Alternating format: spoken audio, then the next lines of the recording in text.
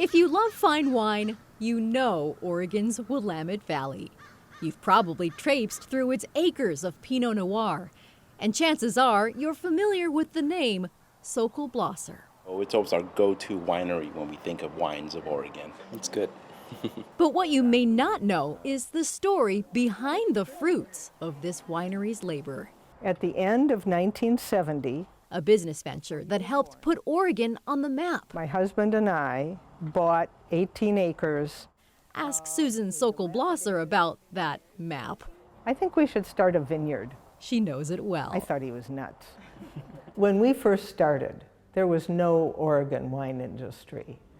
And when I would go out to try and sell wine, I had to take a map of Oregon.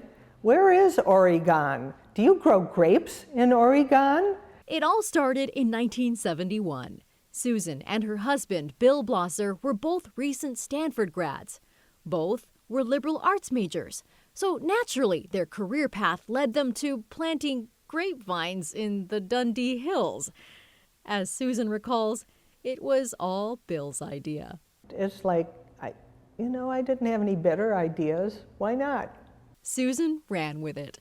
Together, the pair helped cultivate the start of the state's now burgeoning wine industry, along with Oregon's other early winemakers. Susan is firm on that point. Yes. Their destiny, she believes, was born from a team effort by all of Oregon's Pinot pioneers. Their wines bound for international acclaim, eventually. If somebody told me in 1970 or 71 that someday we would be in the best restaurants in the world, I would have laughed so hard. Getting there took time. This is sort of the family history of the winery. It's also the history of my hairdos. It also took work. Yes. Lots of work. And this is what it's all about. Walking through the vineyards is just a constant reminder that, we're farmers first. And Alex Sokol Blosser is one of Susan and Bill's 3 children. Yeah. He and his sister Allison are now co-presidents of the family winery. Yeah. Their brother Nick is chairman of the board. Family, togetherness, good cheer, good food. All of it part of a vision that Alex says took courage to execute. My mom is, she's always been a general. My mom is she's tough, crazy idea to do this. There was no industry at the time. Today, the farm is certified organic. No, that's fabulous Pinot. We're glad we came here. It's fabulous. It's barrel cellar, the first LEED certified winery building in the world.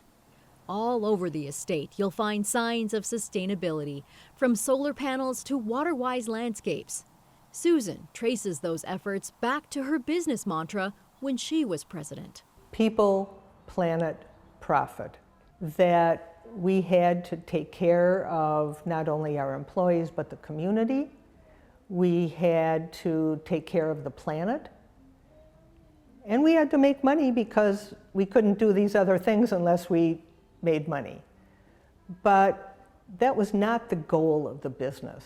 Yeah. Daughter Allison is so proud. We want people to know that when they're drinking our Pinot Noir, that there's a lot that goes into that glass of wine, and there's a lot of history there, there's a lot of people there, there's, vintage variation, the climate effects. In 2008, after nearly 40 years at the winery's helm, Susan transferred control to Allison and Alex. Yes.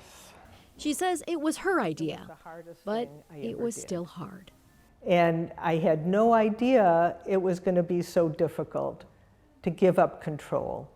And it was almost as if, I ended a period of grieving, essentially, like I'd lost my identity. If I wasn't Susan's CEO, who was I?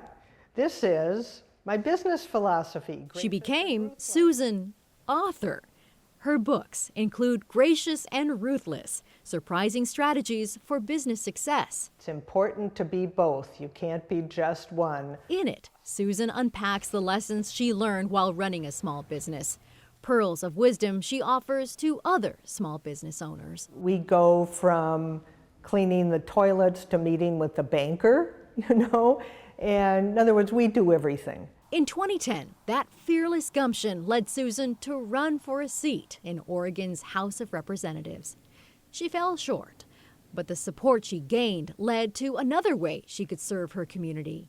Susan launched the nonprofit Yamhill Enrichment Society. Their mission?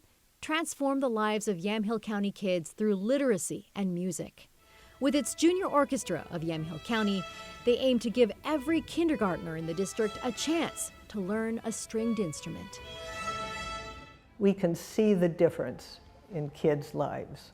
Good evening and welcome to Big Night. Every summer, the Yamhill Enrichment Society holds a fundraiser, Bounty of Yamhill County. And our mission to transform the lives of Yamhill County children.